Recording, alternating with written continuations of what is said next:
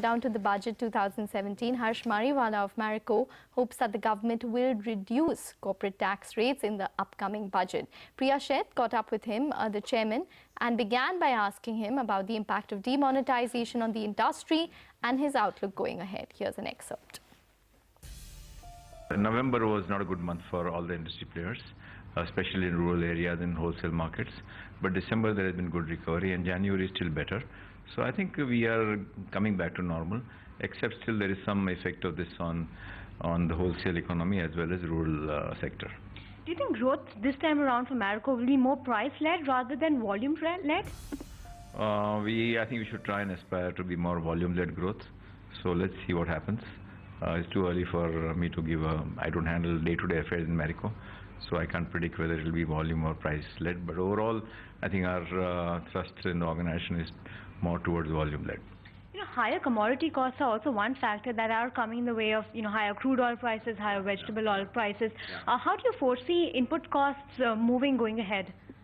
See, in our case, one of the raw materials is copra and coconut oil, where the prices have really shot up in the last few months. But apart from that, in case of crude oil, the prices have gone up by marginally, I think in the range of about 10-15%. So it's not that high.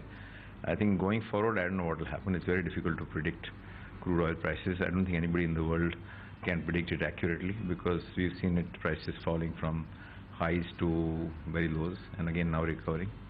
So I don't think beyond a point, our role is to predict prices. I think we need to have a brand or business which has the pricing power, which is able to take up the prices if need be, and we should be able to reduce prices if the raw material prices fall. The budget is around the corner. What's on your wish list?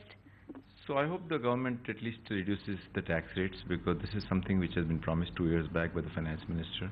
The corporate tax rate, it was suggested that over a period of 2 to 3 years they will reduce the tax rate to at least 25%. So I'm looking forward to that promise which was made earlier. Actually, it is just a promise which is turned into action.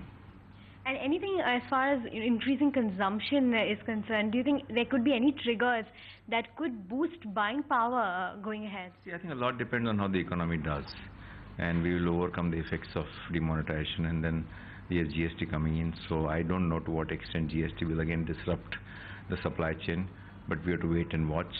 But long term, if GST comes in and demonetization settles down and the government spends money on infrastructure building and in supporting the rural economy, I think the economy should grow, and that should help other organizations in terms of growth rates.